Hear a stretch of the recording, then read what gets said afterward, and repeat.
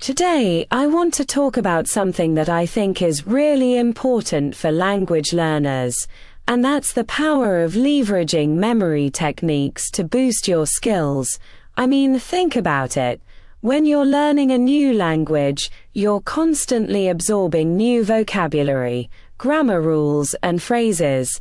And if you're like me, you've probably struggled to retain all that new information.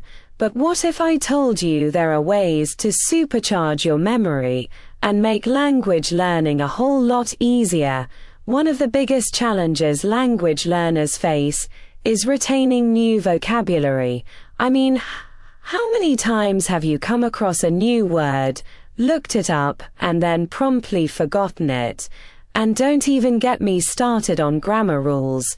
Trying to keep track of all those conjugations and tenses can be a nightmare. And what about phrases and idioms?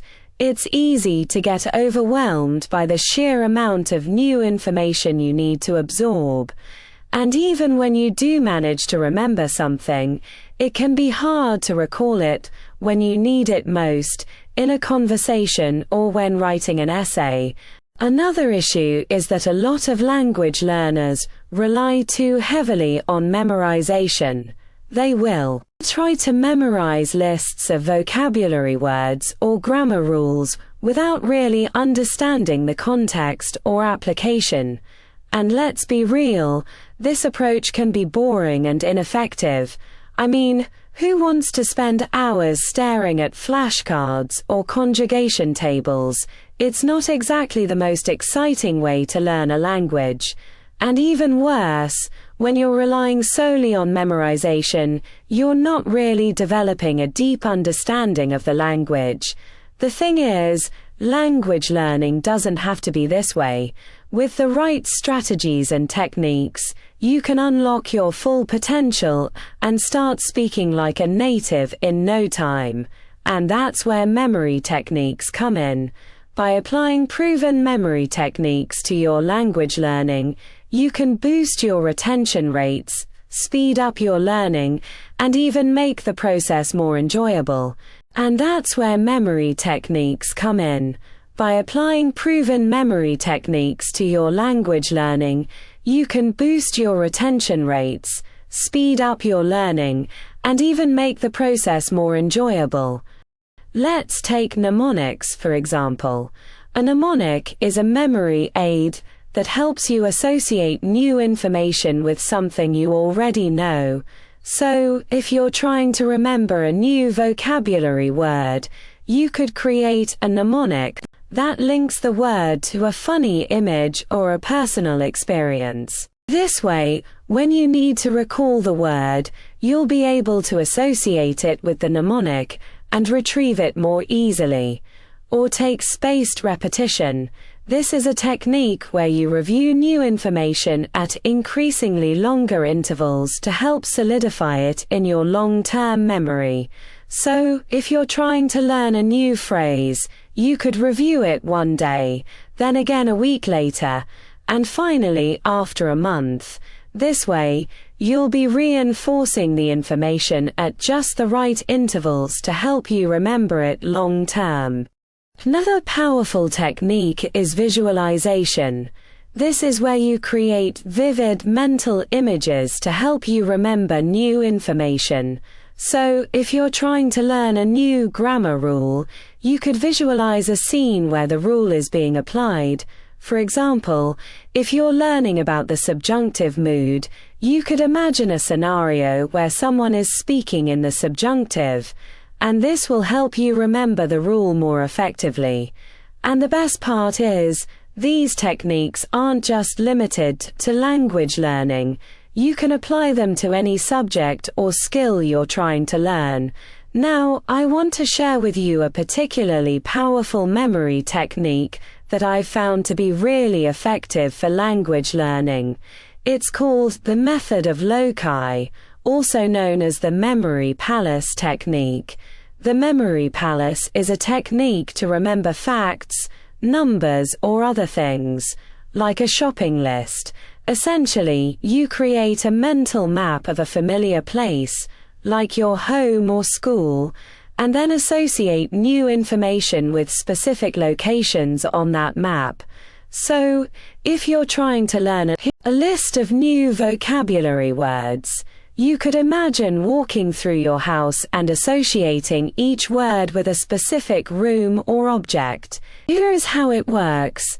Close your eyes and imagine some sort of familiar physical space, like your house, school, or office, and then add a mental image of the thing you want to remember.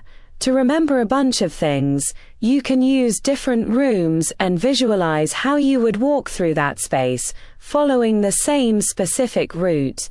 As you walk through, place the things you want to remember at specific locations. Ideally, imagining things funnily or crazily also helps to remember. Once we have placed all the items that we want to remember, our memory palace is complete. The day we return to our palace and want to remember what's inside it, we have to go back in.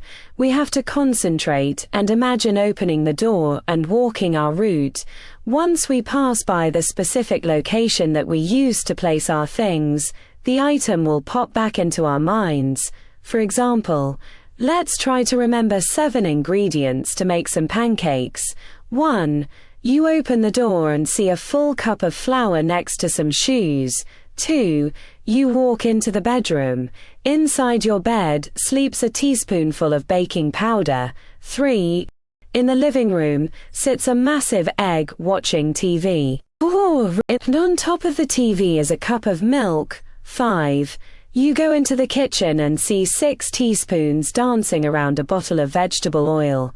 6. You leave the house and enter the garden, but it's full of sugar canes, and in the middle a teaspoon dressed like a gardener. 7. You turn around to check the bathroom.